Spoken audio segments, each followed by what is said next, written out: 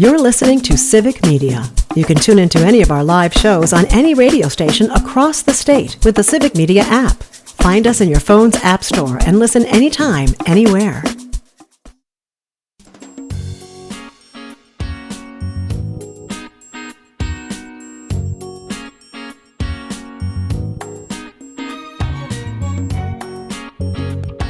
Live across Wisconsin on Civic Media, you're listening to Mornings with Pat Kreitlow, powered by Up North News. Now, from our Lake Wissota studio, here is the founding editor of Up North News, Pat Kreitlow. Thank you, Don Rue. It is 8:06 on this 6th day of August. It's a Wednesday morning. Nice to have you here up north. Parker Olson is producing this fine program down in Madison at Studio A2. Earl Ingram is standing by in Milwaukee in just a bit. First, we're going to bring in meteorologist Brittany Merlot for an update on a forecast that is less smoky, but it's going to be hot. And yes. It's going to be a little wetter than it has been lately. Welcome to summer. Changing. Yeah, we do. It's one of those, we used to say, we love to joke in the Midwest, if you don't like the weather, wait 5 minutes, it'll change. And I think that's what's made things a little weird around here, is that we've had this smoky weather for so many days in a row now. It's not like us to have a situation stick around for a long time, but change is finally going to be a constant once again around Wisconsin. And I think a lot of us are welcoming that right now. We're a little sick of this wildfire smoke still lingering. It is actually getting thicker right now in the southern parts of the state near Madison. It's even creeping up to unhealthy levels for all of us into the Appleton area. Stevens Point is also seeing levels, AQIs in the 150 range. So it's getting worse right now in central and southern Wisconsin as we've got winds moving in the northern part of the state. So that's why it's cleared out of that area much more. And it's still kind of hanging out south and east. So an air quality alert still in effect until noon. I do think that the winds are going to start to shift off of the Lake Michigan, and really start to get gusty probably this evening, early this evening. So if it's not gone by this afternoon, early this evening, it is going to get on out of here. We've got another system moving in. It's already starting to push some light drizzle, scattered sprinkles in towards Superior and the Hayward area. Eau Claire, you could see a few of those over the next hour or two. And that is going to be working its way through the state. So clouds increasing this afternoon, chances for spotty drizzle, nothing major. And of course, temperatures hitting those low to mid 80s today. Now by tomorrow, it's going to become muggy, low to mid 80s. So feeling warmer than it will today. And we're turning hot and humid too. Got a lot of weather still to deal with tomorrow. We're looking at overnight, maybe some rain and thunder, and we could see some more lingering still into Friday morning.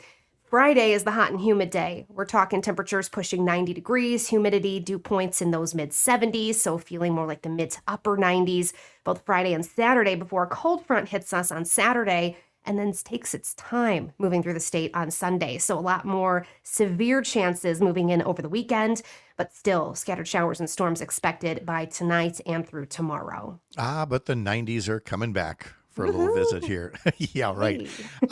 We have spent so much time indoors in air conditioning, even when it was hot because of the smoke, that we haven't really had the chance to enjoy the 90s in terms of, what's your getaway when it's really hot and you're not in the house? Do you want to be at a pool, a lake? Do you have a favorite way to get away or deal with the hot weather when you're outside?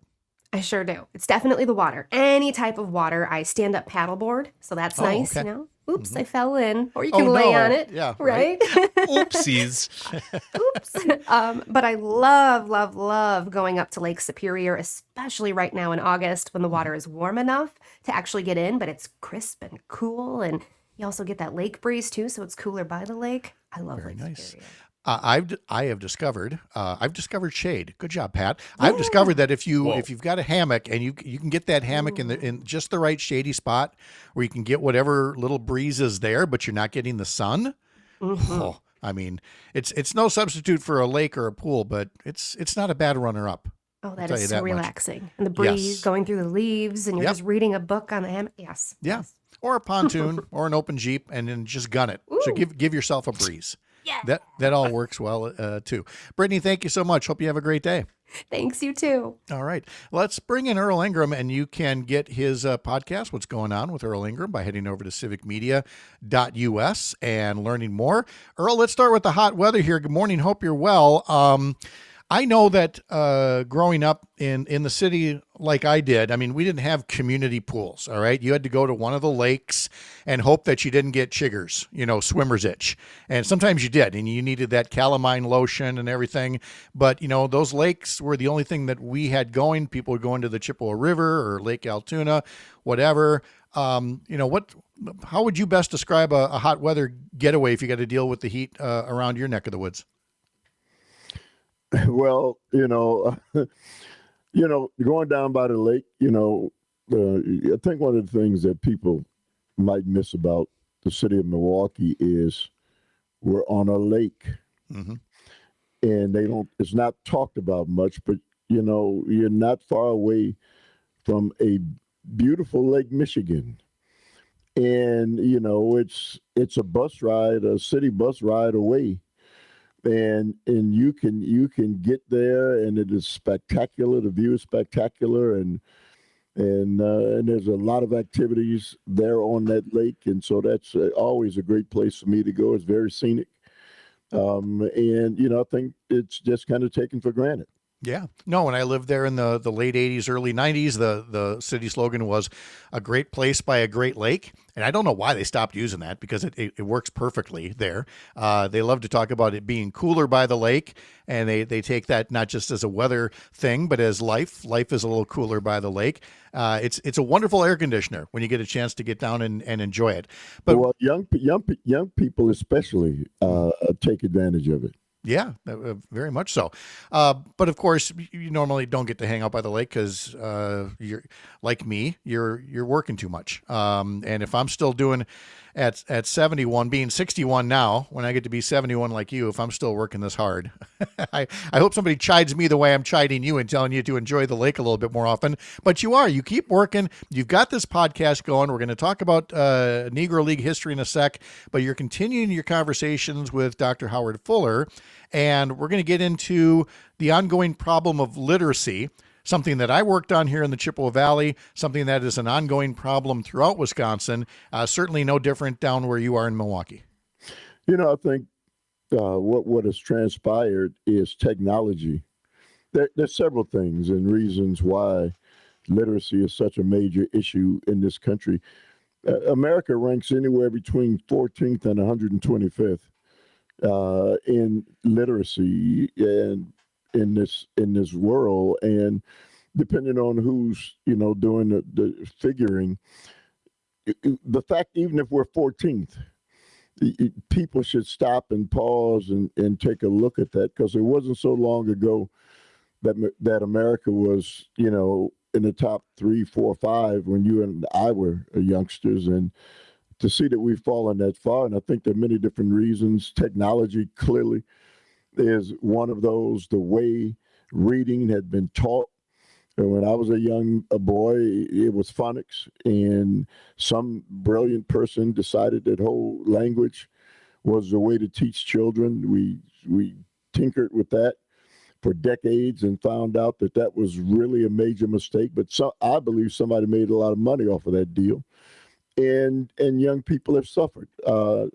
Clearly, COVID had something to do with it, but technology and all those things. It is Dr. Fuller's belief that the way reading is being taught, and that educators, through no fault of their own, don't know how to teach reading anymore. And so he's challenging universities. There's a new reading plan that he has in place. And for those who don't know Dr. Fuller, he's one of the foremost people in this nation when it comes to education. And so, we're going to continue to have these conversations with Dr. Fuller about what has happened to our young people in reading and education. Yeah, and it's work that, look, if somebody gets through the entire school process and they're still having literacy issues. It's a very real thing that prevents you from getting, a better job than maybe the lower paying one that you've got. The work that I did for about a decade with literacy volunteers of the Chippewa Valley showed that it doesn't matter where you are. There are people who, for various reasons, either they kind of didn't take their learning seriously and they skated through, or they faced other environmental reasons why learning was not really encouraged and fostered under their roof. And so I would just urge people to continue to support not just, their schools for teaching literacy, but the organizations that try to help out as well. And again, Earl, it's everywhere. It's not Milwaukee. It's across this nation, like you just said, where we need to take literacy much more seriously than folks did for a while.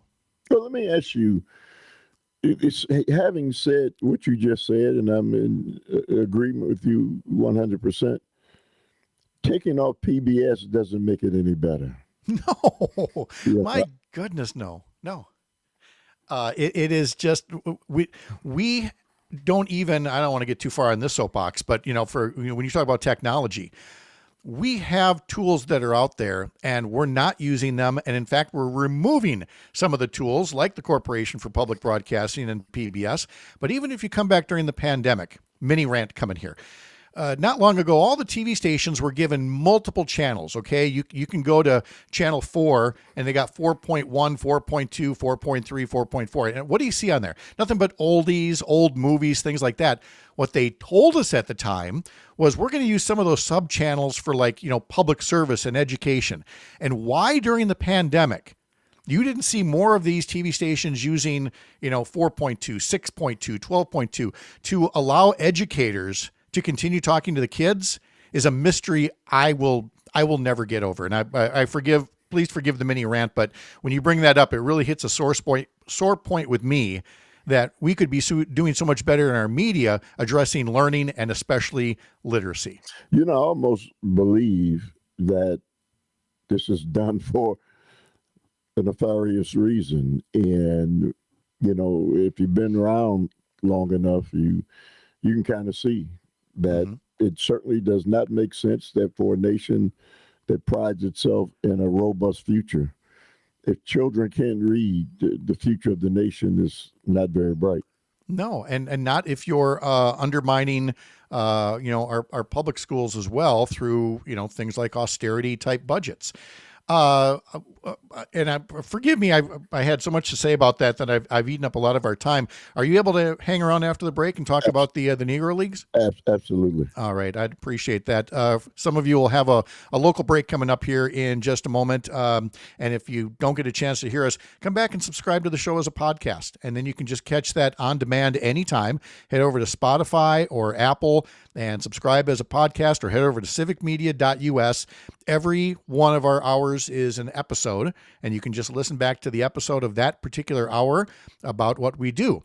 And by the way, the same goes for your local cut-ins. You can head to your local civic media station and listen back to the work that's being done on the local level. All right, before that break, I've got just enough time to talk to you about the Brewers because, again, 5 games in a row for the Brewers. They beat Atlanta 7-2 last night. The current winning streak for the Brewers is 5 games. Their lead over the Chicago Cubs is now 4 games in the National League Central Division. Freddie Peralta went 5 innings, allowed only 1 run on 4 hits. Andrew Vaughn singled in 2 runs. He now has an 11-game hitting streak. That matches the longest of his career. And Isaac Collins, a candidate for National League Rookie of the Year, well, he drove in 2 runs on 2 hits as well. Jose Quintana starts Game 3. Pre-game across several civic media stations can be heard starting at 5:40. From the heart of America's up north, live from Lake Wissota, thanks for making this the place to spend part of your mornings. I'm Pat Kreitlow. This is the Civic Media Radio Network.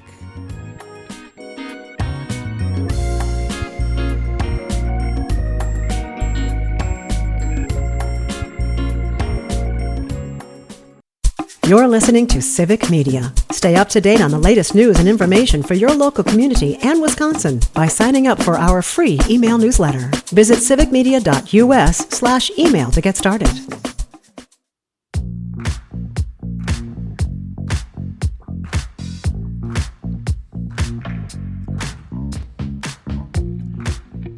Up North News is a separate entity from Civic Media, but basically we're besties. Civic Media and our parent company, Courier Newsroom. And Courier Newsroom has outlets in several states. It has newsletters, it has podcasts, a video series.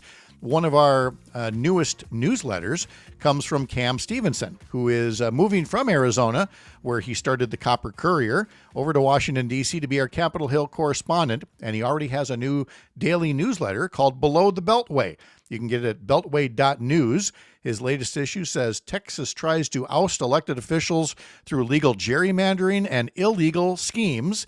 Again, Beltway, Below the Beltway from Cam Stevenson. You can also catch it over at couriernewsroom.com. Continuing our conversation here with Earl Ingram. And Earl, I know I said we were going to get to Negro League history, but I've caught myself now in reading that promo about Texas and gerrymandering and noting that today is the 60th anniversary of the Voting Rights Act of 1965. And I don't care how cynical anybody is.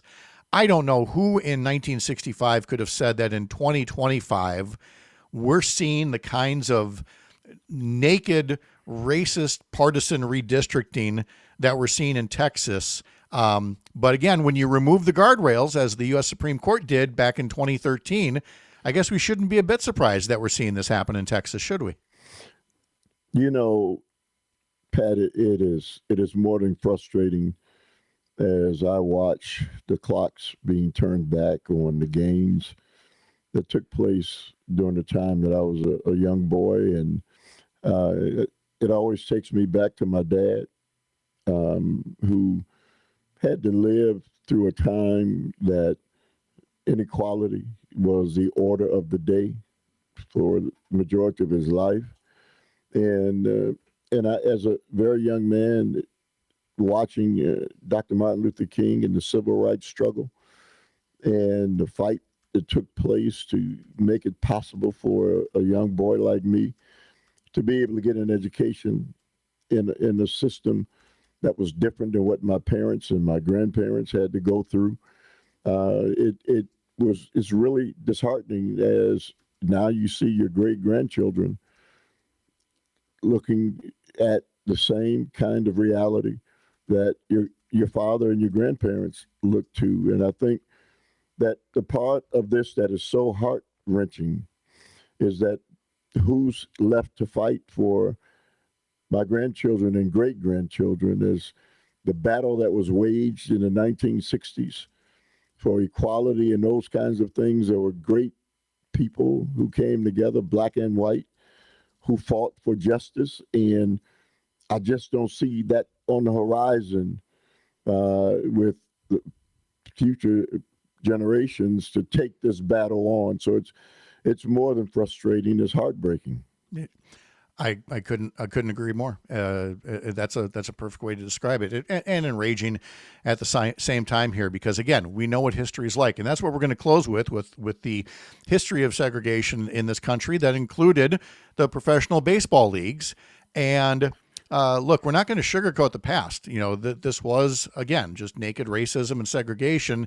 But in having a separate Negro leagues, at least all these years later, we can now look back and celebrate the achievements and the accomplishments. Again, we're not condoning the environment of the time, but we can certainly celebrate the ball that was played and the advances that were made. Or also tell us about your latest podcast episode.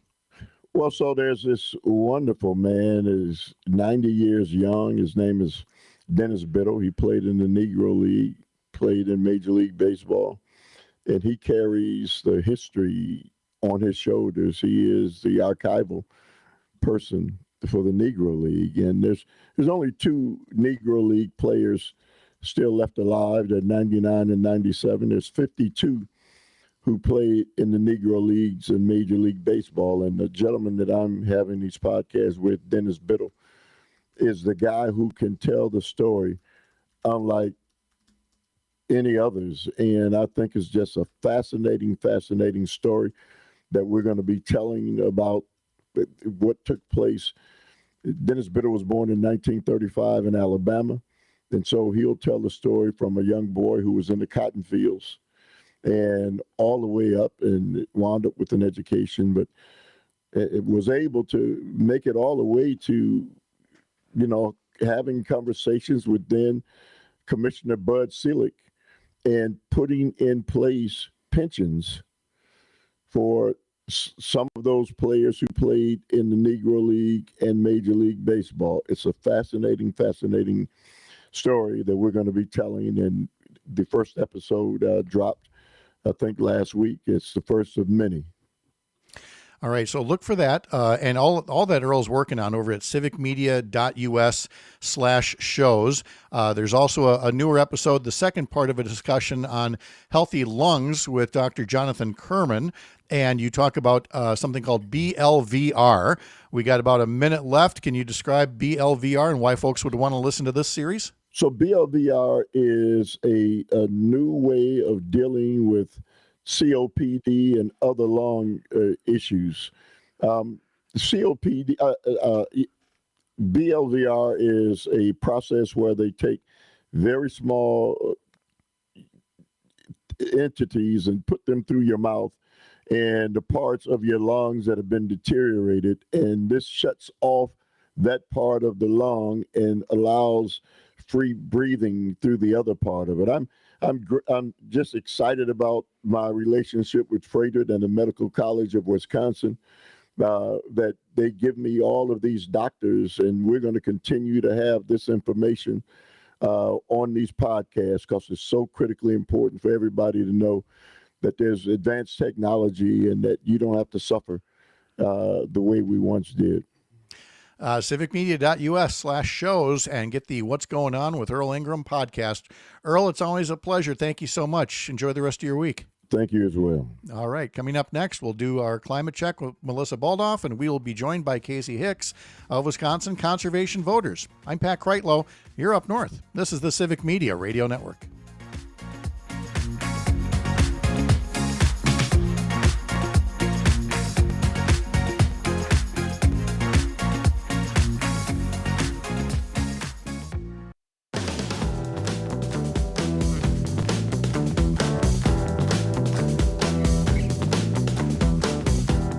Hey, sign up for our newsletters at upnorthnewswi.com. Subscribe up in the top banner there, and you can get things like our Sunday morning newsletter about Wisconsin politics. It includes a question of the week where I ask how Democrat-led states should deal with Republican-controlled states like Texas that are continuing to gerrymander their congressional maps. Should they respond in kind or not sink to that level? Again, head to upnorthnewswi.com to learn more. Time for our climate check. Melissa Baldauff with us, as well as Casey Hicks from Wisconsin Conservation Voters. It is nice to have you both here. Casey, I'm going to set this up with familiar territory from me and Melissa. Melissa, how many times have we likened what's happening in Washington, D.C. right now to the supervillains in a Hollywood disaster blockbuster? I mean, It's been a number of times. It's been the narrative for a reason, because and it keeps happening. Well, yeah, because it's happening. And the most recent one that we wanted Casey to talk about comes from Lee Zeldin, the administrator of the Environmental Protection Agency. Now we have to put protection in quotation marks. That says that they are going to rescind what's known as the endangerment finding. It's one of the basic building blocks of protecting our climate. And Casey's going to explain what it is, but as he explains this, I just want you to keep the visual in mind that the EPA administrator, Lee Zeldin, did all this while speaking at a truck dealership in Indianapolis. I want to say you cannot make this stuff up, but this is where we are. Casey, good morning. Let's start with what the endangerment finding is. Sure. And good morning. Thanks, Pat, for having me. I'm happy to be here on the show with you and Melissa. So the endangerment finding came out of a 2007 Supreme Court ruling, Massachusetts v. EPA, that set the cornerstone for the endangerment finding to actually come out itself in 2009. Basically, what it said is that EPA is legally required to regulate carbon dioxide and a mix of other greenhouse gases, including things like methane, perfluorocarbons, etc. It's required to do so underneath the Clean Air Act. It was a very clear decision. It was a 5-4 decision. It found that the definition of air pollutants to be unambiguous. And at the time, this was during the Bush administration, EPA was kind of dodging the question on whether or not they should be actually regulating carbon dioxide and this mix of other greenhouse gas emissions. Massachusetts, along with several other states, sued to get to this decision. But in essence, the Supreme Court said that the EPA couldn't use policy preferences to avoid regulation, but it needs to be based on sound science and evidence, which it clearly is. So that is what led to EPA actually creating the endangerment finding in 2009. And since then, it's been the backbone of several different EPA regulations with vehicle emissions, power plants, so on and so forth, and really is the most powerful tool, for EPA and the government to be fighting climate change in a regulatory sense. And so essentially in rescinding this declaration, what they're saying is we rescind, fail to recognize basic science. Am I pretty much getting that right? Yeah, very much so. And I would say it's even going further than that. The new science, and I'm going to use quotation marks there, that EPA and Department of Energy and Lee Zeldin are using is really pseudoscience, unsound, and flies in the face of, at this point, decades of very sound science from hundreds, thousands of scientists in the U.S. and across the globe. Now, again, Zeldin said the proposal would erase limits on greenhouse gas emissions from cars and trucks on the nation's roads.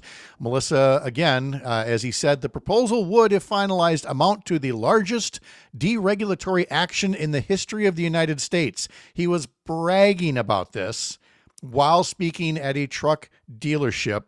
Melissa, let me turn it over to you for any questions to Casey Hicks from Wisconsin Conservation Voters. Yeah, I mean, just, the more we see about this, this, just strikes me as something that is, not about the next, 3.5 years of the Trump administration, but this is about, them really, undermining and essentially, invalidating any possibility for the EPA to do its work going forward, for the next, forever, right? I mean, this seems like this is them trying to make this, permanent, trying to make it as hard as possible for, a new administration, a new Congress, anyone who recognizes science and wants to actually get back on the right path. It seems like if they are successful here, it's going to make that a lot harder for a future administration, future Congress.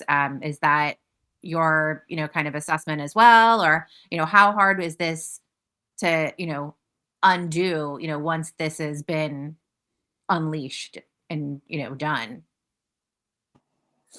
Yeah. So I want to be clear that if the endangerment finding goes through this rulemaking process, it's going to take several months to actually rescind it. We're going to be going through a comment period up until about September 15th.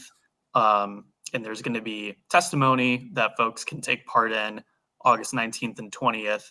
So there's time to make our voices heard on protecting this.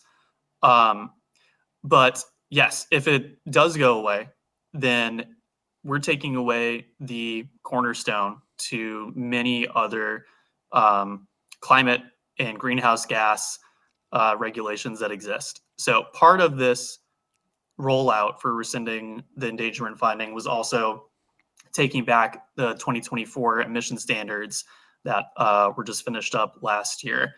And basically, they're using the endangerment finding, in their words, not being sound, taking mental leaps, to say that vehicle emission standards that were based on it, that use it as its cornerstone, are not possible and that they can't do them.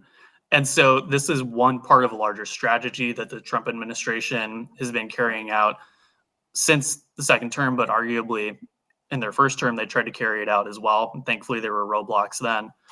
But at this point, it's very clear that they want to remove the endangerment finding so that they can start picking away at these other climate laws and regulations. And you're right, Melissa, really changed the landscape of laws and regulations having to do with protecting our public health and protecting ourselves from climate change going forward. We are talking to Casey Hicks from Wisconsin Conservation Voters, and the New York Times marks that this is a notable shift in the Trump administration's position that originally had simply downplayed the threat of global warming to one that now essentially flatly denies the overwhelming scientific evidence of climate change.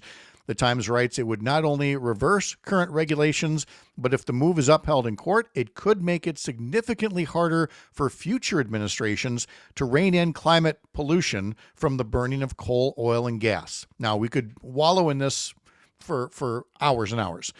I'm going to try, Casey, to make this a glass half full thing, or at least get your impression on it.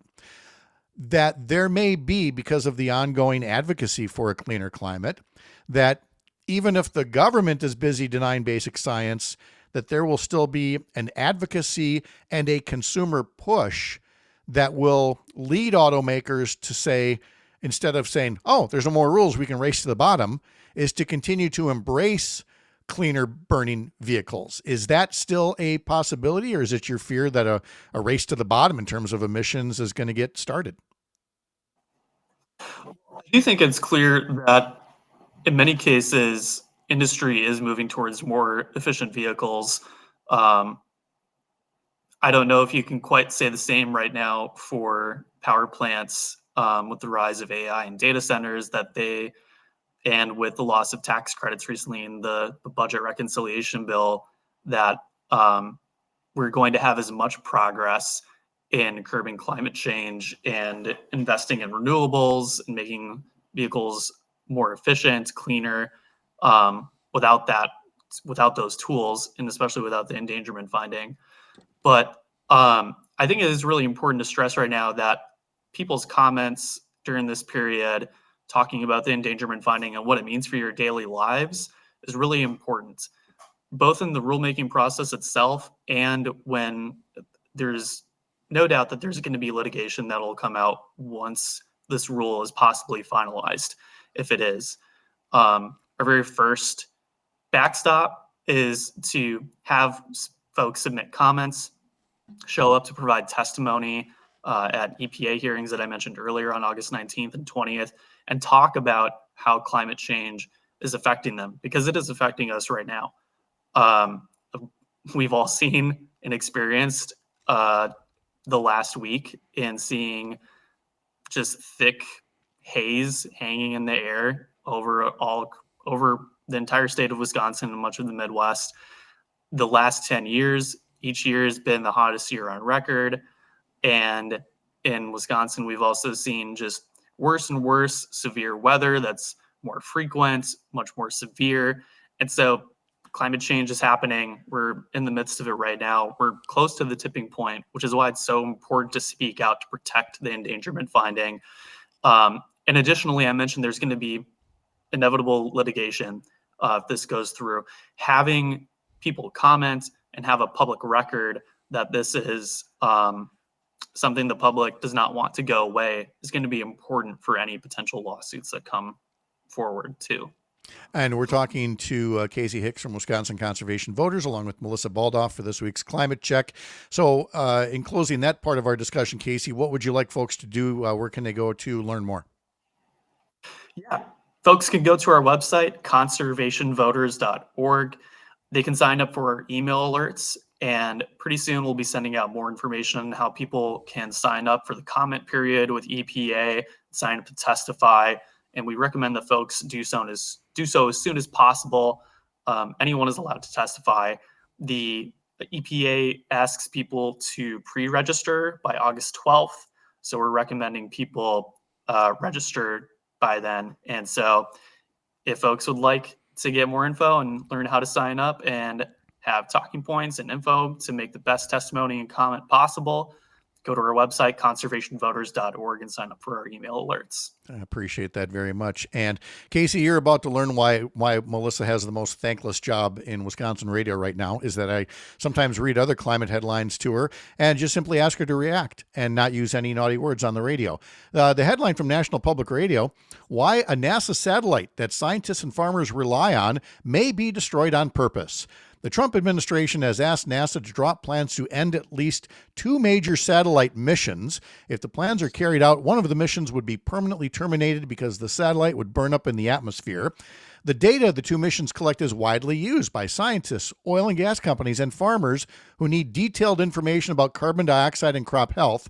They are the only 2 federal satellite missions that were designed and built specifically to monitor planet-warming greenhouse gases.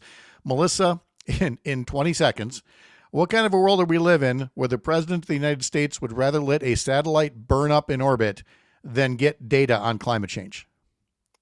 Well, sadly, we live in Donald Trump's world because this is his MO.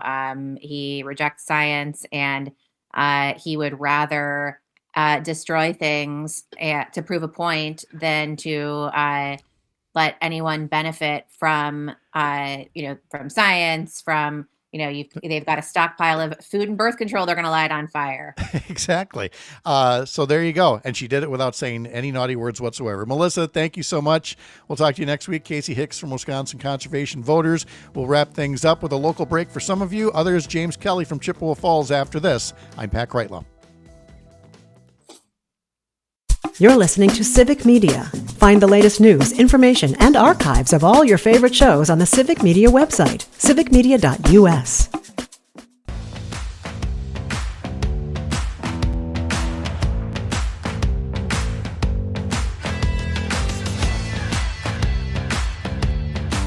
Brewers taking on Atlanta, wrapping up that 3-game series this evening at 5:40 on several Civic Media stations, taking a 5-game winning streak into tonight's match and a 4-game lead over the Cubs in the National League Central Division.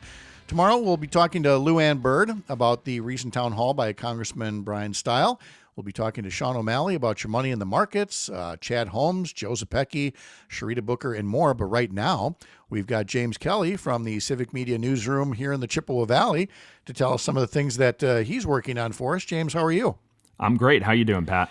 Very good. It's nice to see you here. And we are going to start with Governor Evers, who is not running for a 3rd term, but certainly has a lot of time yet to serve as governor. And he was in the Chippewa Valley recently talking about healthcare funding and more. Yeah, he visited the Chippewa Valley Free Clinic yesterday down in Eau Claire, just kind of talking about the services that they offer and kind of further support that they might like to see in the future, given potential federal funding issues. It's another one of those visits where, this is a facility that doesn't deal with a lot of Medicaid, Medicare patients, but more kind of that middle ground where people are working and they're making too much money to qualify for those programs, but still can't really afford their health care. So they get a lot of grant funding, a lot of private donations, fundraising, and they get a lot of volunteer work from the community. But long term, if they're not going to be able to have access to some of that grant funding from the federal government anymore, that's going to cause some funding issues for them here. So he's talking about healthcare, but also I'm sure was asked about politics, not just state politics, but national politics, the monkey business going on in Texas. I'm sure he talked about that stuff too. Yes, he did. I actually asked him that question myself. So he gave a sort of surprising answer to me, given that this is a very controversial topic for a state like Wisconsin, where the legislature is Republican controlled, but we have a Democratic governor. This congressional redistricting isn't exactly something that is possible here. But he did say he does think that these more solidly blue states like California and New York and even, Rhode Island, wherever, these solid blue states in the Northeast and the West, they should be looking more towards doing this if Republicans in Texas are going to do it, saying it's not a long-term strategy that's going to be effective, but in the short term, if it's a question between saving democracy and, playing by the usual norms, he'll take saving democracy. I mean, look, if you're on team democracy or team fascism, it shouldn't be that tough to pick a side here. But getting back to healthcare, here in the Chippewa Valley, and in fact, right here in Chippewa Falls, there will be a groundbreaking next week for a hospital that is designed to address, the last year's abrupt closure of 2 hospitals around here. Yeah, it feels almost like a psychological win as well, just to see some actual work being done to build a new hospital here in Chippewa Falls. Obviously, St. Joseph's will partially reopen well before this new Aspirus Health Hospital opens. But next week on Thursday, the Aspirus Health Hospital will have a groundbreaking ceremony where they will officially begin construction, which is slated to end in the fall of 2026. That's just the first phase of construction, and they're also designing it in a way that's, meant to be expanded upon in the future.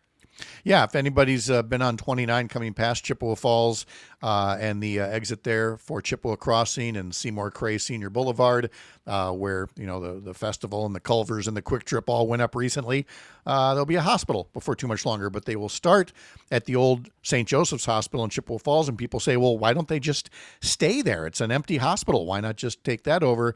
And again, it's about retrofitting. This is an older building, and so they're gonna want their own building, but at least they're gonna start someplace while they break ground for this new facility. What is happening in Menominee about land that could be used for a data center? Yeah, so this week, the city of Menominee voted to approve annexing and rezoning a parcel of land from the town of Red Cedar. That rezoning request was put in by a company called Balloonist LLC, which intends to build a data center on the land, which has area residents slightly concerned about the potential environmental effects and just overall health effects of having a data center that close to where they live. Now, the city council says it's not a definite that a data center will go there. They only voted to annex the land and rezone it. That the process to get a data center going would probably take at least a couple years before construction would even start if they do end up pursuing that. And I will say here, and I'm just speaking for myself, but the whole notion of data centers going up around Wisconsin, we were pretty early to this topic on this show, bringing up the environmental concerns, which a lot of people don't think about. But as we reminded people early on, it's a lot of computers. It's a lot of servers in these data centers, which means it'll heat up. So what they look for these data centers is a supply of natural water to cool these facilities. Well, there's then questions of capacity. How much water are you taking out of the lake, out of the ground, out of the river, whatever the case may be? And is it, are you putting it back as clean or cleaner than as you found it? So again, this is not to say that I'm not here to say data centers are universally bad or good, but I want to know more about best practices. Are there best practices lined up for water use for these data centers that would guide places like Menominee and Beaver Dam and all the other places where these are going up? So again, I have no doubt, James, you will be following stories related to that. Yeah, and we've seen that in Tennessee months. too, with where Twitter's Grok AI is run out of. They have very little pollution control in that facility, and it's not only, polluting the ground, polluting the water, it's polluting the air itself, just kind of giving off smog. Why am I not surprised to hear this coming out of Tennessee? Why am I not? Last but not least, and this is in the Up North News daily newsletter as well, because everybody loves a happy ending. It's not just a bear with a jar in its head. It's a bear that no longer has a jar stuck on its head. I've seen it referred to as Buckethead the bear at this point. Buckethead, Jughead, yep. Shockingly, over a week with a jar on its head. And as you can imagine, when it was finally found, it was significantly underweight, but it was able to drink some water. So wildlife officials came out, they sedated the bear, got the jar off its head, and released it into an area with a lot of natural food and water. But they made sure to credit local residents because the constant videos and pictures being taken of the bear walking around with the jar on its head, very good for helping to find it. Very good indeed. James Kelly in Chippewa Falls. Thank you, James. Appreciate it. Thanks. All right. Have a great day. Thanks to all of you for joining us as well. I'm Pat Kreitlow, the founding editor for Up North News. Up North News is the Wisconsin outlet for Courier, a pro-democracy news network. Enjoy the rest of your Wednesday. We'll see you back here tomorrow morning, 6 a.m. here up north.